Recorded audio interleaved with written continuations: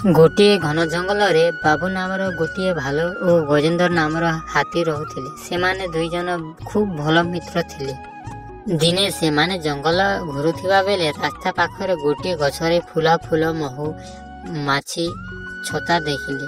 ବାବୁଲା ଲାଲ ପଡ଼ିଗଲା। ଗଜେନ୍ଦ୍ର, ଆଜି ଆମେ ମିଠା ମହୁ ଖାଇବା। ଗଜେନ୍ଦ୍ର କହିଲା, କିନ୍ତୁ ବାବୁ, ମହୁମାଛି ମାନେ କାମୁଡ଼ି ଦେଲେ କେମିତି କରିବା? ବାବୁ କହିଲା, ତୁମେ ଦେଖ, ମୁଁ ଜଗୁଛି ଗଛକୁ। ଭାଲୁ ଗଛ ଚଢ଼ି ମହୁ ଧରିଲା, କିନ୍ତୁ ମହୁମାଛି ମାନେ ଖୁବ୍ ରାଗିଗଲେ। ସେମାନେ ବାବୁକୁ ଘେରେଇକି କାମୁଡ଼ିବାକୁ ଆରମ୍ଭ କଲେ। ବାବୁ ଡରିଗଲା, କହିଲା, ଗଜେନ୍ଦ୍ର ବଞ୍ଚାଅ। ଗଜେନ୍ଦ୍ର ଚାକୁ ଲାଖି ଶୁଣ୍ଢ ଦ୍ୱାରା ବାବୁକୁ ପାଣି ଢାଳିଦେଲା। ମହୁମାଛି ପାଣିରେ ଭିଜି ଉଡ଼ିଗଲେ। ବାବୁ କିଛି ଘା ହେଲେ ମଧ୍ୟ ଗଜେନ୍ଦ୍ରକୁ ହସିକି କହିଲା, ତୁମେ ନଥାନ୍ତ ଆଜି ମୁଁ ମହୁରୁ ବହୁ ଘା ନେଇଥାନ୍ତି। ସେଦିନରୁ ବାବୁ ବୁଝିଗଲା, ମିତ୍ରତା ହେଉଛି ସତର୍କ ମହୁ ଭଳି ମିଠା ଏବଂ ସୁରକ୍ଷା ଦୟାକ।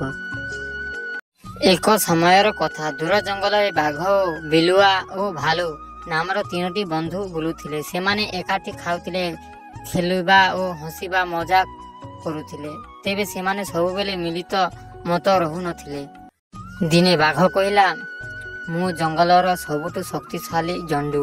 ମୋ ଭୟରେ ସବୁ ଜନ୍ତୁ କମ୍ପା ଯାଆନ୍ତି। ତେଣୁ ମୋତେ ନେତା କରିଦିଅ। ଭାଲୁ କହିଲା, ବାପା, ମୋ ଶକ୍ତି ଥିଲେ ସବୁ କିଛି ହୁଏନି। ମୋ ବୁଦ୍ଧିରେ ଚତୁର। ଯେଉଁଠି ଶକ୍ତି ହାରିଯାଏ, ଶିକ୍ଷିତ ବୁଦ୍ଧି ସେଠି କାମ କରେ। ବିଲୁଆ ଭିତରୁ କହିଲା, ଆଉ ମୁଁ ତ ଚାଲାକ ଓ ତେଜ। ମୋର ଚପଲତା ସହିତ କେହି ମୁକାବିଲା କରିପାରିବେ ନାହିଁ। ତିନି ଜଣ ଆପସରେ ବାଦବିବାଦ କଲେ, କିଏ ସବୁଠୁ ଶ୍ରେଷ୍ଠ। ଯେତେବେଳେ ଆଉ ଏକ ପାଖରେ ବୁଢ଼ା ଗଜପତି ହାତୀ ବସୁଥିଲା, ସେ ସବୁ ଶୁଣିଲା ପରେ କହିଲା, ଯଦି ତୁମେମାନେ ଜାଣିବାକୁ ଚାହୁଁଛ କିଏ ସବୁଠୁ ଶ୍ରେଷ୍ଠ, ତେବେ ଏକ ପରୀକ୍ଷା କର। ମୁଁ ତିନୋଟି ଚିନ୍ତାପ୍ରଦ ଦୁଃସାଧ୍ୟ କାମ ଦେବି। ଯିଏ ତାହା ସଫଳ ଭାବେ କରିପାରିବ, ସେହି ଶ୍ରେଷ୍ଠ। ପ୍ରଥମ କାମ ହେଲା ଜଙ୍ଗଲରୁ ସବୁଠୁ ଉଚ୍ଚ ଗଛ ମାଞ୍ଜୁ ଫଳ ଆଣିବା। ବିଲୁଆ ଦେଖିଲା, ସେ ଚମ୍ପଟ ଗଛ ଚଢ଼ିଗଲା। ତେବେ ଗଛ ଏତେ ଉଚ୍ଚ ଥିଲା ଯେ ଏକ ଶିଖାରେ ପହଞ୍ଚି ପାରିଲେ ନାହିଁ। ଭାଲୁ ଚେଷ୍ଟା କଲା, ତେବେ ସେ ଗଛରେ ଚଢ଼ି ପାରିଲା ନାହିଁ। ଗଜପତି କହିଲେ, ବାଘ ଦ୍ରୁତ ଉଦ୍ୟମରେ ଗଛ ଚଢ଼ି ଫଳ ଆଣିଦେଲେ। ପ୍ରଥମେ ପରୀକ୍ଷା ବାଜି ଜିତିଗଲା। ଦ୍ୱିତୀୟ କାମ, ଜଳ ଥିବା ଅତି ଗଭୀର ଗୁହା ଭିତରରୁ ମୂଲ୍ୟବାନ ହୀରା ଆଣିବା। ଭାଲୁ ଚେଷ୍ଟା କଲା, ସେ ଭଲ ଜଳସାର ଥିଲା ଗୁହାରେ ପଶି ହୀରା ଦେଖି ଆଣିଲା। ବିଲୁଆ ବି ଯିବାକୁ ଚେଷ୍ଟା କଲା, ତେବେ ଜଳ ଅଧିକ ଥିବାରୁ ସେ ଭୟ ପାଇଗଲା। ବାଘ ଯାଇପାରିଲେ ନାହିଁ, କାରଣ ସେ ଜଳ ଭୟ କରେ। ଏହି ପରୀକ୍ଷା ଭାଲୁ ଜିତିଲା। ତୃତୀୟ କାମ ହେଲା ଜଳରେ ଶେଷ ଅଞ୍ଚଳରୁ ଏକ ଧାରା କଟି ଜଳ ଆଣି ଜୀବ ରକ୍ଷା କରିବା। ବିଲୁଆ ଚପଲ ଥିଲା। ସେ ଦ୍ରୁତ ଗତିରେ ରାଧାକଟି ଆଣିଦେଲା। ଜଳ ଏବଂ ଏକ ତଲାବରେ ରୂପାଲି, ଯାହାରେ ଅନ୍ୟ ଜନ୍ତୁମାନେ ଜଳ ପିଇପାରିବେ। ଏହିପରେ ଗଜପତି କହିଲା, ବୁଝିଲେନି, ତିନି ଜଣ ତିନି ଭିନ୍ନ ଗୁଣରେ ଶ୍ରେଷ୍ଠ। ଯଦି ଏହି ଗୁଡ଼ିକୁ ଏକ ସାଥୀ ମିଶାଇଯାଏ, ତେବେ ସେଇଠି ସବୁଠୁ ଶ୍ରେଷ୍ଠତା ଥାଏ। ସେହିଠାରୁ ବାଘ, ବିଲୁଆ ଓ ଭାଲୁ ଅନ୍ତ ଏକାଥିରେ ମନ ଦେଲେ, ମିଳି କାମ କଲେ। ଯେଉଁଠି ଅସମ୍ଭବ ସେଇଠି ସମ୍ଭବ ହୁଏ। ଗୋଟିଏ ଜଙ୍ଗଲରେ ଏକ ଭାଲୁ ଓ ଏକ ହାତୀ ରହୁଥିଲେ। ସେମାନେ ଦୁଇଜଣ ଭଲ ବନ୍ଧୁ ଥିଲେ। ଭାଲୁ ଛୋଟ ହେଲେ ମଧ୍ୟ ବହୁତ ଚତୁର ଓ ଚଞ୍ଚଳ ଥିଲା। ହାତୀ ହେଉଛନ୍ତି ଶାନ୍ତି, ବୁଦ୍ଧିମାନ ଓ ଶକ୍ତିଶାଳୀ ଥିଲା। ଗୋଟିଏ ଦିନ ଦୁଇଜଣ ବୁଲିବାକୁ ବାହାରିଲେ। ରାସ୍ତା ମଧ୍ୟରେ ଏକ ବୃକ୍ଷ ତଳେ ଅନେକ ଫଳ ଦେଖିଲେ। ଭାଲୁ କହିଲା, ଆରେ ବନ୍ଧୁ, ଆମେ ଏ ଫଳ ଗୁଡ଼ିକୁ ଖାଉଛୁ। ମୋତେ ବହୁତ ଜୋରରେ ଭୋକ ଲାଗିଲାଣି। ହାତୀ କହିଲା, ଠିକ୍ ଅଛି, କିନ୍ତୁ ଆଗରେ ଦେଖିବାକୁ ପଡ଼ିବ କିଏ ଖାଉଛି ଫଳ। ଆଉ ଏହି ବୃକ୍ଷ ଉପରେ ମୂର୍ଖ ବାନର ଥାନ୍ତି, ସେମାନଙ୍କୁ ରୁଷ୍ଟ ହୋଇପାରନ୍ତି। ଭାଲୁ କହିଲା, ମୁଁ ଡରୁଣି, ଯିଏ ଆସୁଛି ମୁଁ ସେଇଠି ଗର୍ଜନ ଭୟ ଦେଇଛି। ସେ ଫଳ ତୁଳିବାକୁ ବୃକ୍ଷକୁ ଚଢ଼ିଗଲା। ହେଲେ ବୃକ୍ଷ ଉପର ଏକ ବଡ଼ ବାନର ଆସି ଭାଲୁଙ୍କୁ ଚାଟି ଦେଲେ। ଭାଲୁ ଭୂଇଁକୁ ପଡ଼ିଲା, ଦେହ ଦୁଃଖ ହେଲା। ହାତୀ ତାକୁ ଉଠାଇଲା ଓ କହିଲା, ଦେଖିଲୁ ବନ୍ଧୁ, ଅତି ଆତ୍ମବିଶ୍ୱାସ ବେଲେ ବେଲେ କଷ୍ଟ ଦିଏ। ବୁଦ୍ଧି ଓ ଧୈର୍ଯ୍ୟ ସହ ଚିନ୍ତା କଲେ ସବୁଠୁ ଲାଭ ମିଳିଥାଏ। ଭାଲୁ ଲଜ୍ଜିତ ହେଲା ଓ କହିଲା, ମୋର ତ୍ରୁଟି ପାଇଁ କ୍ଷମା କର। ଆଗାମୀରେ ମୁଁ ତୁମ ଉପଦେଶ ମାନିବି। ଏହି ଗପରୁ କ'ଣ ଶିଖିବାକୁ ପାଇଲା ପିଲାମାନେ? ଆତ୍ମବିଶ୍ୱାସ ଭଲ, କିନ୍ତୁ ଅତି ଆତ୍ମବିଶ୍ୱାସ କେବେ ବି କରିବା ନୁହଁ। ଶାନ୍ତି ଓ ବୃଦ୍ଧି ସହିତ ଚାଲିବା ଭଲ। ଏକ ଦିନ ଜଙ୍ଗଲରେ ବସୁଥିଲା ବାଘ ମାମୁଁ। ସେ ପ୍ରତିଦିନ ଶିକାର କରୁଥିଲେ, କିନ୍ତୁ ଏହି ଦିନ ତାକୁ କିଛି ମିଳିଲା ନାହିଁ। ସମସ୍ତେ ପଶୁ ଜଣ ଜଣ ଲୁଚି ଯାଇଥିଲେ, କାହିଁକିନା ବାଘ ମାମୁଁ ସବୁବେଳେ ତାଙ୍କୁ ଖାଇବାକୁ ପାଇଁ ଘୁରି ବୁଲୁଥିଲେ।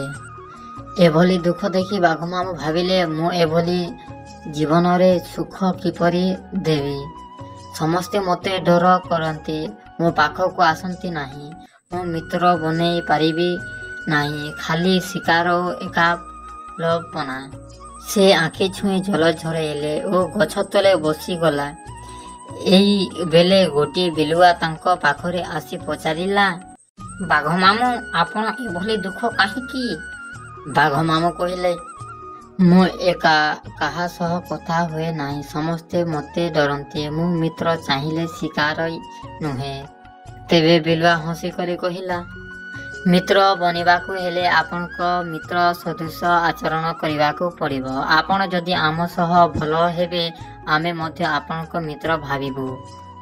ଏକଥା ବାଘ ମାମୁଁଙ୍କୁ ମନକୁ ଲାଗିଗଲା। ସେ ଦିନଠୁ ସେ ଆଉ କାହାକୁ ଶିକାର କଲେନି। ଜଙ୍ଗଲ ମଧ୍ୟରେ ତାଙ୍କୁ ଦେଖି ସମସ୍ତେ ଆଉ ଡରିଲେନି। ବାଘ ମାମୁଁ ଏବେ ଖୁସି ଥିଲା, କାରଣ ସେ ମିତ୍ର ବନେଇଥିଲେ।